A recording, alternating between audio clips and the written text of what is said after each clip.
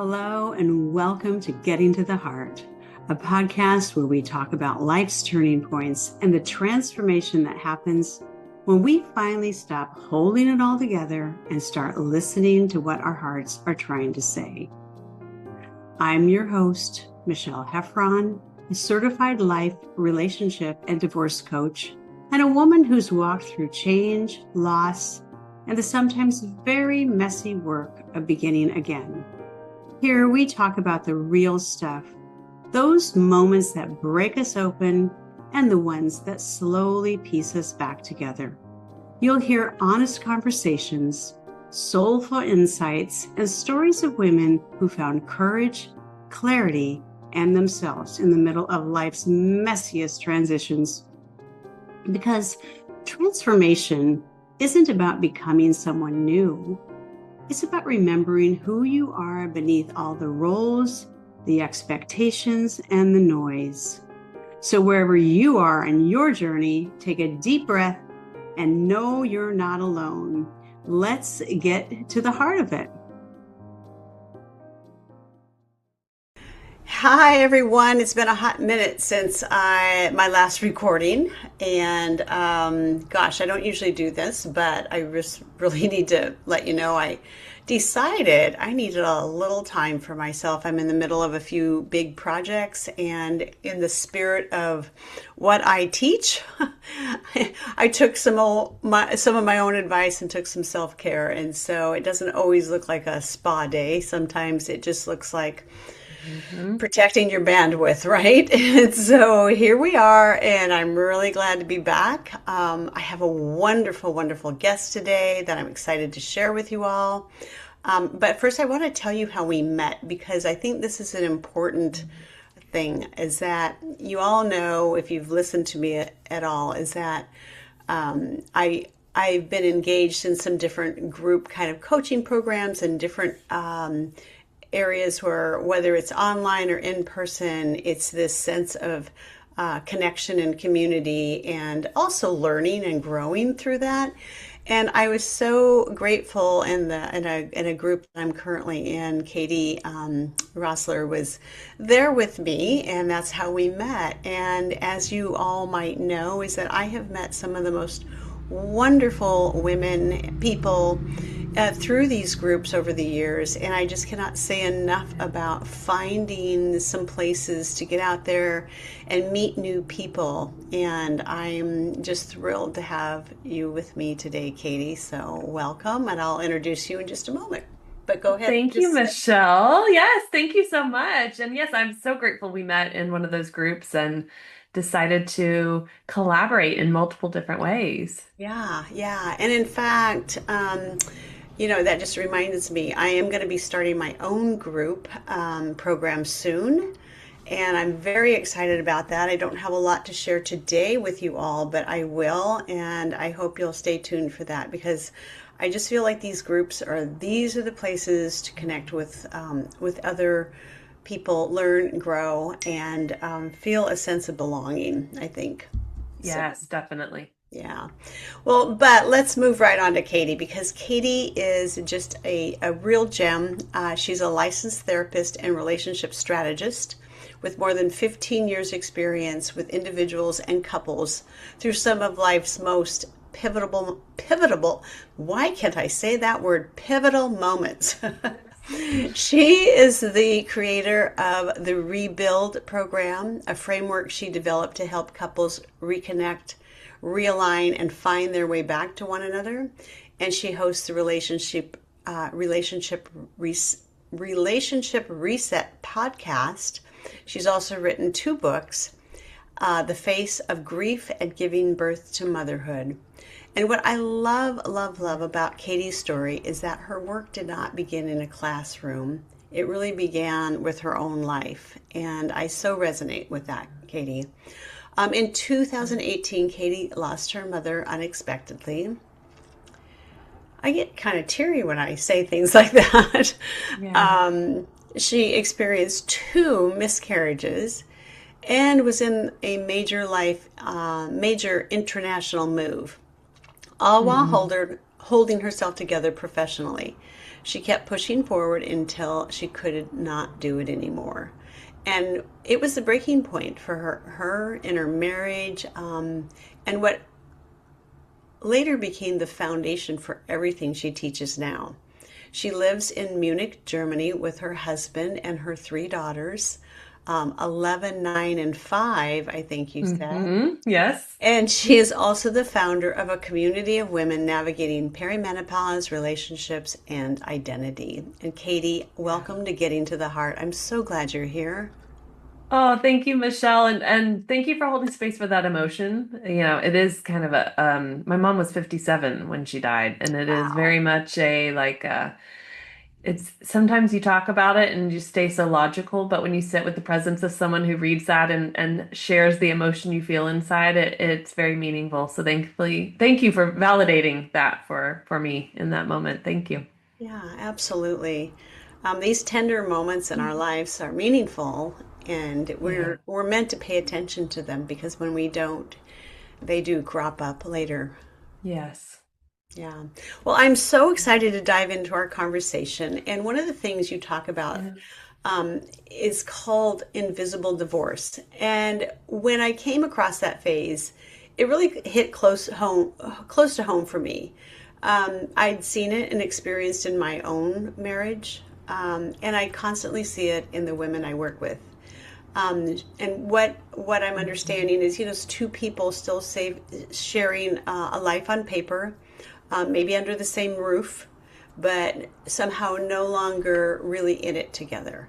So, can you describe what that actually looks like inside of a marriage?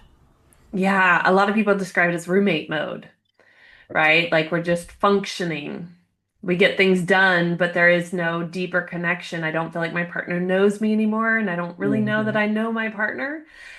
Which is funny because then when you start talking with a couple like that, they can predict what each other will say in an argument, and yet they also feel like they're not known by their partner.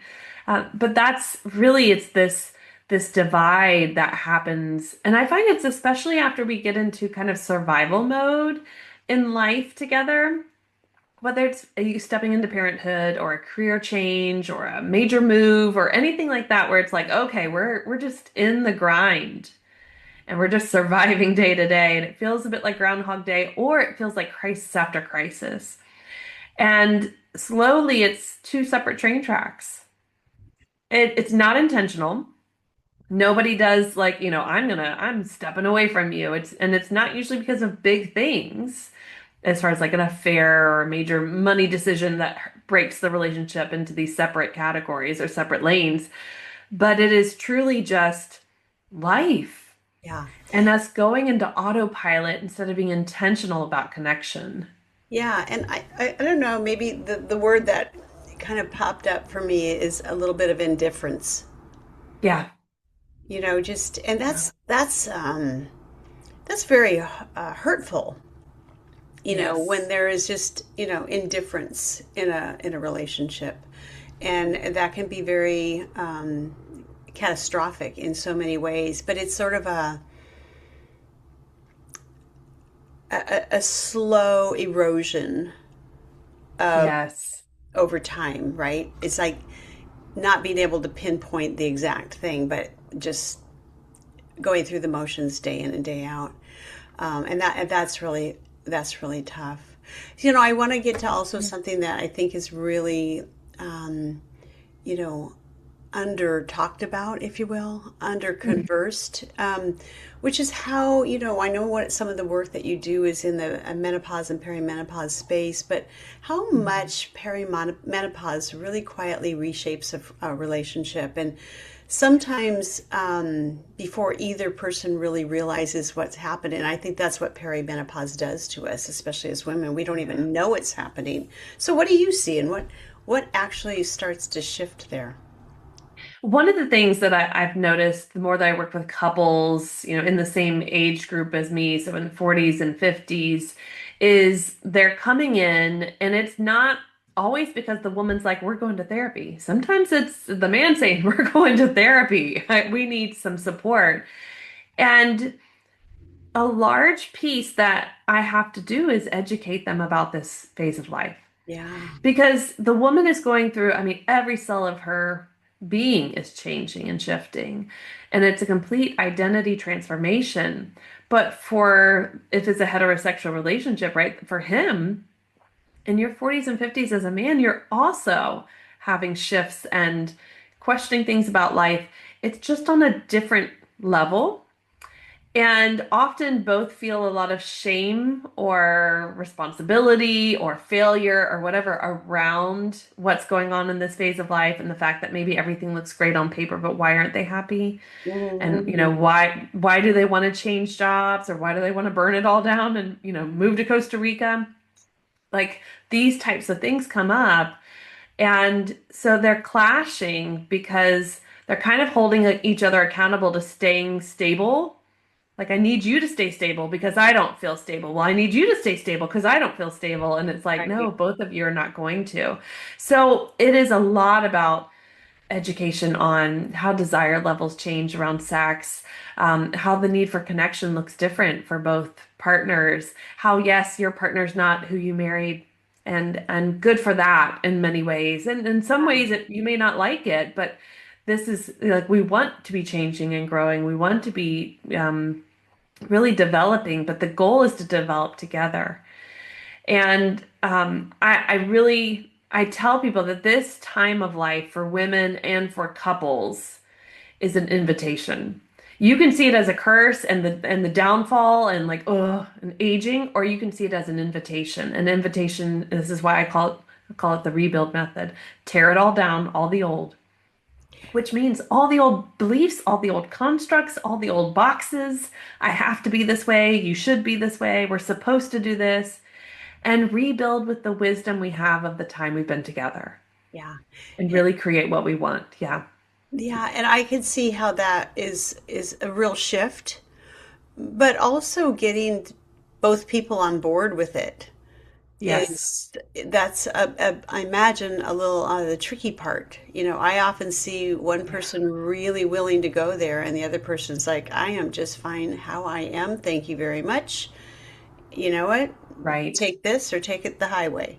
And that is a really tough thing when both partners not on board with understanding that we are all changing and growing, and it's not just about one person or the other. It's about both of us going through something that is uncharted territory, really. Well, 100%. And most of us don't have a map because we didn't have parents really model this well for No, us. of course not. So Right. it is like what am I supposed to do? How am I supposed to lead this or not lead this? And often when I have that partner who's like, I'm good how things are, I really will look them in the eye and say, your stubbornness will end this relationship and you have to decide if that's worth it or not. Because someone needs to do the wake up call. They don't understand that there is a point where the other partner will say, this is not worth it anymore to me. It's not worth it to keep it for the kids or for, who cares that I failed? Or like eventually there'll be the breaking point, as you know, where you're like, no, just Yeah. no. And that's when And I get them. yeah. But that's when so Yes. many of them come to me. They're like, I am so done. Yeah. And understandably so. In Yeah. so many ways, and it's not throwing something away, it's completing that phase and moving on to what we Yeah. truly do want. And when it gets to that point, especially where there's not a mutual cooperation, and Yes. that real reciprocity in how that relationship is meant to evolve, if it's meant to. Right. I think it's an invitation, but it's also an invitation to understand who you are and Hmm. what you truly want in your life. And if it's not there, that's okay. Give yourself Yes. permission to change your mind and do something different. Um, Yes. yeah.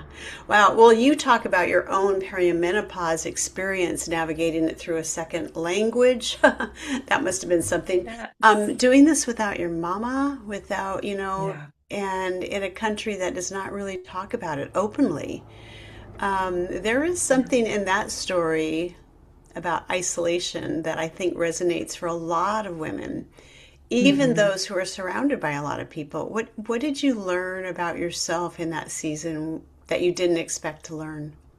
Yeah, well, I'm still very much in the heart of it, and I think the one thing that I've really learned is you have to create your community. You can't hope it shows up. Ah, Because this is a time of so many things shifting and changing and a lot of questions. And it is really nice to be amongst other women who are on that journey as well, who have open-mindedness to it, because there are some who are like completely anti, and I want to act like I'm not, and I'm in denial of it. And, that's fine. But I'm on the journey of like, let's step into the cocoon and go through this metamorphosis. Who's with me?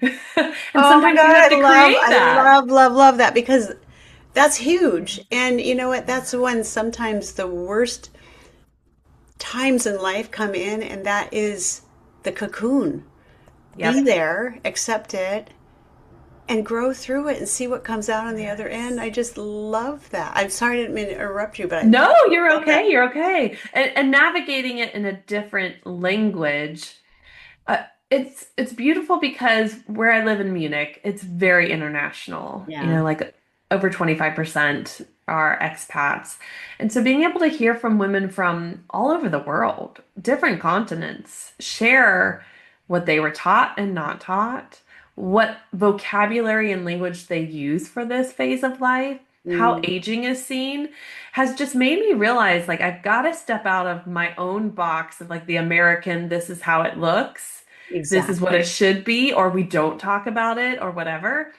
And Yeah. even step out of the German box of like, ooh, no, we don't really want to age.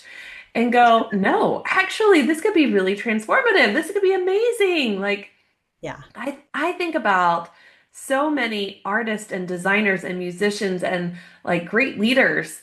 It was in their 50s and 60s that they did the transformative work of their lives. Like Yeah. I'm stepping into that.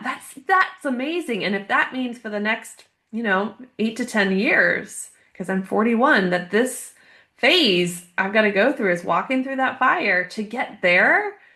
I'll do it, but let me bring my sisters with me. Like who else is here to like, let's go. Exactly. It's not going to be easy and it tests your marriage. It Well, absolutely does. indeed it does. I'm in my own transformation right now, and I every day really look at this stage that I'm in and thinking, all right, what's going to happen on the other side of this? So, stay tuned for more on that. But it has been very interesting to feel myself in this journey right now, because I'm 65 and that has a whole different look and feel, right? Yep. Anyway, I don't want to, enough about me. One of the things that comes up so often with women that I work with, and I'm sure with you as well, is the anger that shows up in midlife. Mm. And it is not always about what it appears to be about. In fact, normally anger isn't about what's on the surface. It's usually a few layers below that, and it feels deeper than that. And so, what do you find is really underneath it, and what does a partner who is not prepared for usually do with that? Ooh, for me, what I've really noticed with my clients, with myself and my friends, I call it righteous rage. When you're like I am so right for this anger and I know and like this Righteous is my rage. right to Those are have good. this, right? I there are sometimes I sit in it and I'm like, this is beyond me. It feels like a genetic, like carrying generational anger and rage from stuff from the past. It feels like a collective energy of just women everywhere being like, ah. So sometimes it doesn't feel like it's just of me. Mm, And that's hard to explain to our partner. Like, I am carrying the energy of all the angry women in the world. Okay, honey, here's the dark chocolate. I'm walking away slowly, right? Like there's just a little bit of like, I don't want to cause problems. But when there is an anger where I know like my nervous system is so raw, like that's what's happening. Our brains are rewiring, our nervous system is raw, so everything, sounds, smells, all of it are heightened. sure. So when I'm like that, when I'm in that state, I will start to do some like really deep breathing, and that's kind of his cue that he knows, like, okay, guys, let's all just take a deep breath, like bring the children level down a notch. And really, Everybody out of the take a two of step us, back. exactly, mom's about to explode. No, and I've told him like we don't need to make it a problem when I take deep breaths because that's a coping skill.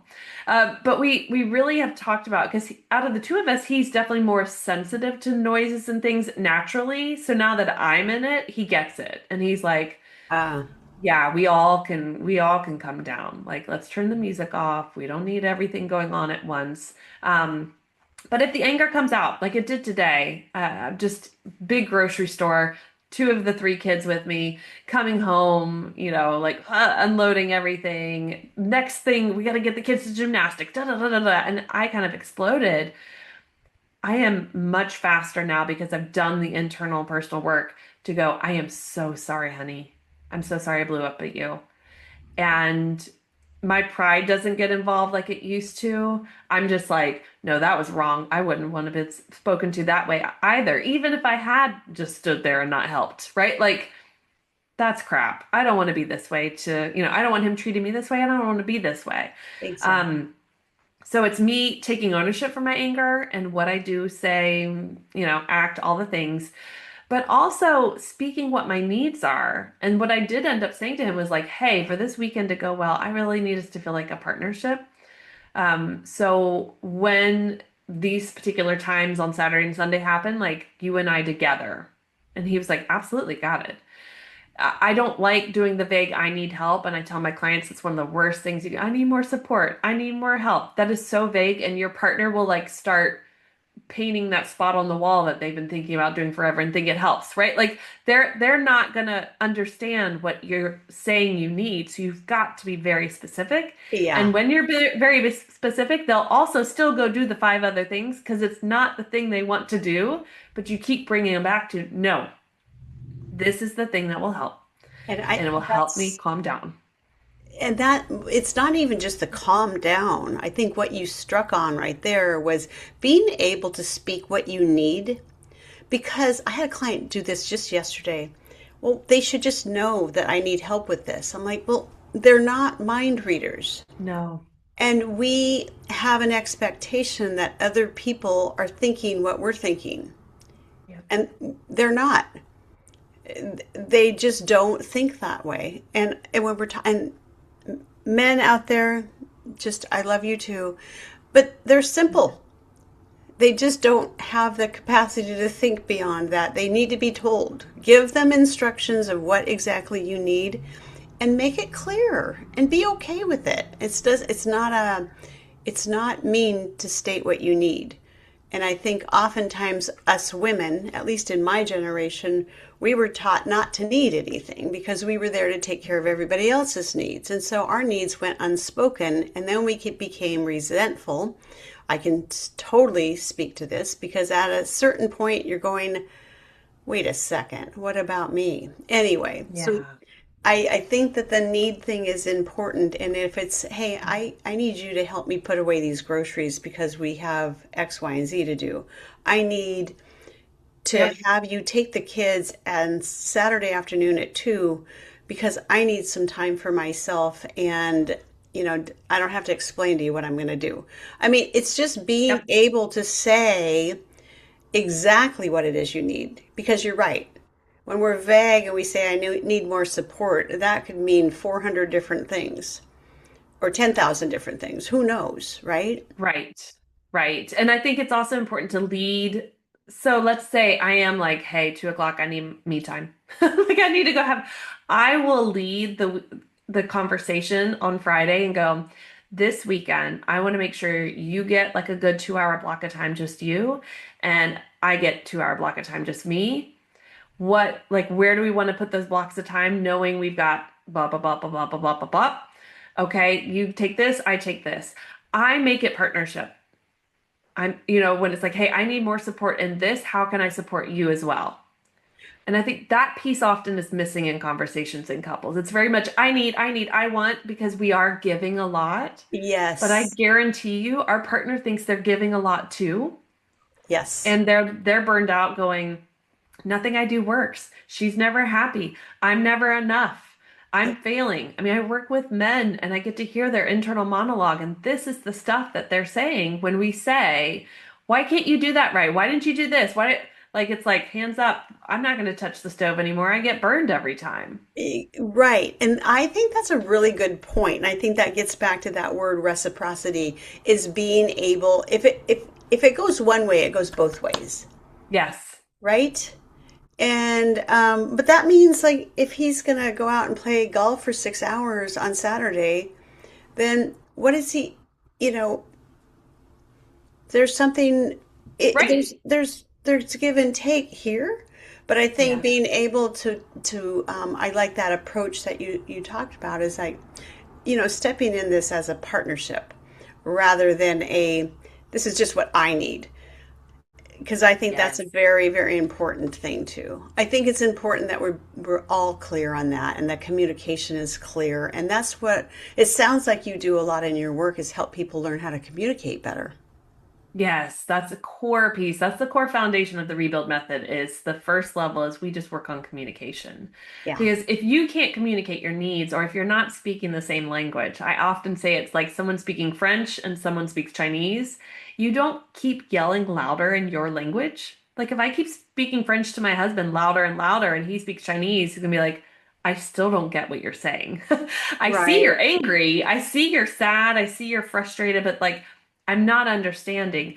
And often we attract our opposite, a thinker, a feeler, an extrovert, an introvert, one who's more intuitive and one who's more like, I need to see, the facts in front of me and then I'll make a decision. Yeah. You have to speak their language and how they process information for them to understand. So I need to learn some words in Chinese and a sentence to get out what I'm trying to say. And then he's like, oh, now I understand. Let me learn some French to speak your language. So you might often think I'm saying, I'm speaking it, but really when we look at the foundation of communication, it's really better understanding yourself and your partner and Yeah. the languages you speak. And I always laugh because couples all the time tell me I'm their translator. So it is funny to like live abroad and work with bicultural couples and bilingual couples and be like, I'm a translator, but I am because I alternate what language in the sense I'm speaking to each, and they'll be like, I've been trying to say this to him for like the last 5 years, and he's like, Exactly. that's what you meant the whole time. That's what you meant, and she's like, yeah, I say it like she does, and he's like, no, no, because she used these words, and it's like, yeah, because I put the logical words in there. I put more of the feeling words in there. Right. And That's all it is. that's so brilliant. Well, Katie, before I ask my closing question, I want you to tell people very quickly how they can find you and what you have Yeah. available for women who are feeling called to go deeper in this work right now. Yeah, definitely. So you can find me on my podcast, Relationship Reset, or my website, katierössler.com. I'm on most social media platforms, Substack, LinkedIn, Instagram. So come find me on there as well. And I have a free community for women in perimenopause called Behind the Transformation. And that's a space where once a month we have free events. And then we also have a paid community for women who really are ready to go on that transformation together and deeper and ask those questions that are uncomfortable, but knowing you have a space to fall and support you in the midst of that. So I'll make sure the links for that are with Michelle so that she can share those. And we would love if this sounds like something that you want to be part of, come join the free part of the community, test it out and see, and then go from there. I love it. Thank you. Thank you. So I like to ask this question, and I mean, it's just a really meaningful thing. And if you could offer one piece of wisdom to the woman you were 20 years ago, what would you tell her? Oh, goodness, that is a great question. I would tell her to be less agreeable, Hmm. to be okay saying, I don't want to be so flexible. Because in the moment, it will feel normal and natural and like what you knew as a military kid, dear Katie, 21-year-old Katie. But later on, it will become a pattern that makes you resentful and bitter to your partner, your friends, your clients, until you do the work to figure out, oh, I don't have to be this way. Yeah. This is not actually part of my identity I want there anymore. So that's what I would say. That's beautiful. Katie, thank you so much. This conversation is exactly what I would hope it be. It could have been so much longer because you do so much amazing work. And I am so grateful for your honesty and the way you show up in your work. And your energy is awesome. So thank you, thank you, thank you. And everyone, I will have Katie's information in the show notes as well. And I hope you check her out and her work because I think she just does some great, great things for the world. And everyone, thank you for joining us today. If you enjoyed this episode, please download it. Give me a 5-star rating and a thumbs up. Every listen and every favorable rating really helps this work reach more women who are looking for real conversations about real life. And keep an eye out for the information about my upcoming group program. I think you are going to want to be a part of it all. And until next time, everyone, I am sending you my love and light. Thank you for joining me on Getting to the Heart. If you enjoyed today's conversation, it would mean so much if you download this episode, share it with a friend, and leave a 5-star rating or a quick review. Every time you share this podcast, you help more women find their way here, and the more hearts we reach, the more lives we can touch. You can also follow me on Instagram, Facebook, or LinkedIn to stay connected and get updates on upcoming guests and workshops and events. And don't forget, grab your free gift, the 5 anchors for transformational transitions and the signs of healthy and unhealthy relationships. Wherever you are in your journey, these resources are here to help you navigate with clarity, courage, and compassion. You'll find the link in the show notes or just send me a DM with the words free gift and I'll send it right over. Thank you again for listening and being a part of this growing community of women finding their way forward. Until next time, I'm sending you my love and light and a gentle reminder to let you know you're exactly where you're meant to be.